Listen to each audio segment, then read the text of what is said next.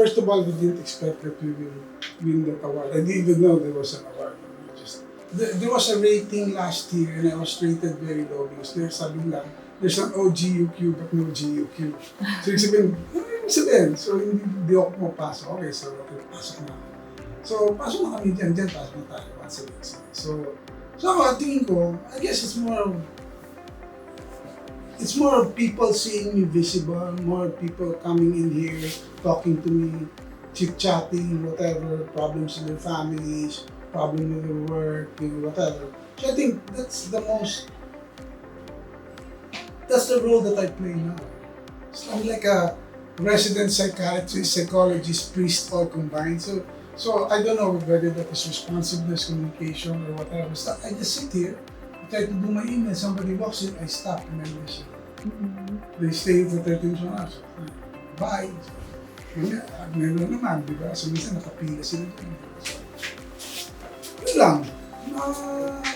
Making myself available. And that was really my goal, to come here. I can work at home, everything, and I can make phone calls, Zoom meetings. I think yung physical presence and being available for people to chit-chat with you, joke with you, whatever, I think that's quite important for them. Also for me, na I still relate with people and I still get the pulse of the organization. So I think that's just mere presence and attentiveness to people. I think, so, but again,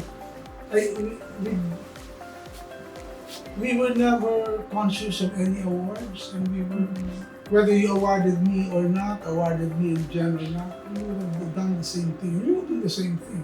So it's just how I define my role today. I'm satisfied with what I have accomplished. So I've reached that point.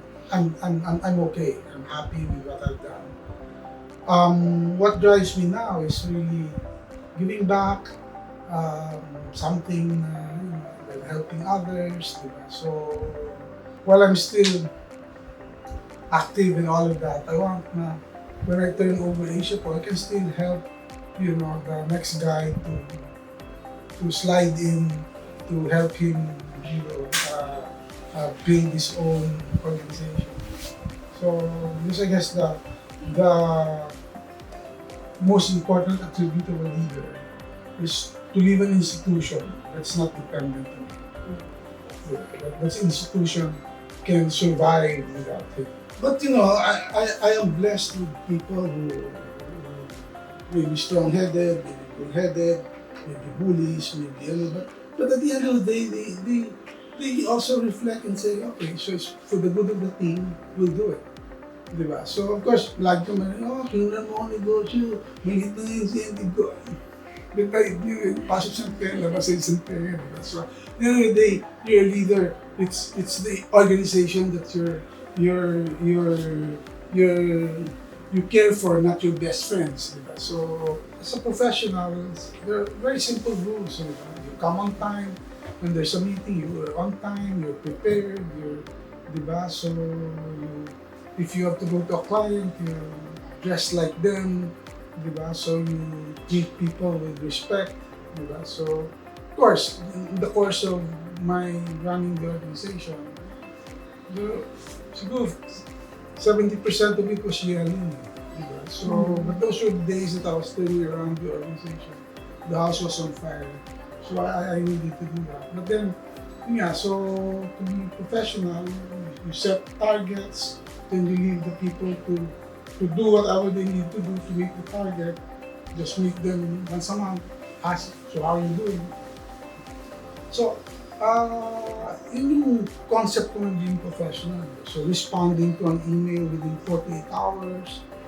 After a visit of a client, I say thank you. Diba? So simple things. Diba? Simple things. But as a leader, you have to be able to step back first and reflect. Diba? Reflect before you act. Yeah, there's an issue, then step back. Diba? Unless the house is on fire. So you have to learn to be able to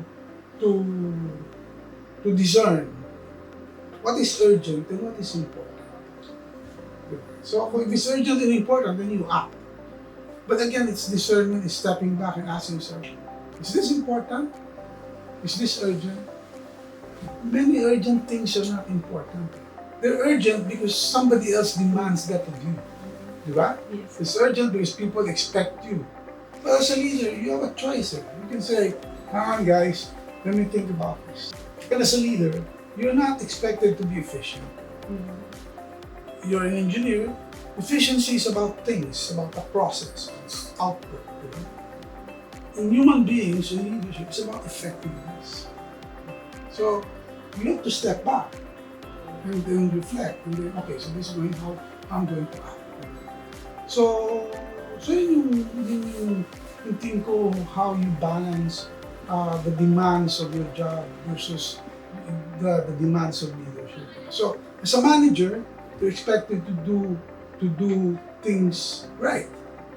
As a leader, you're expected to do the right things. Diba? So you have to be able to discern which is which.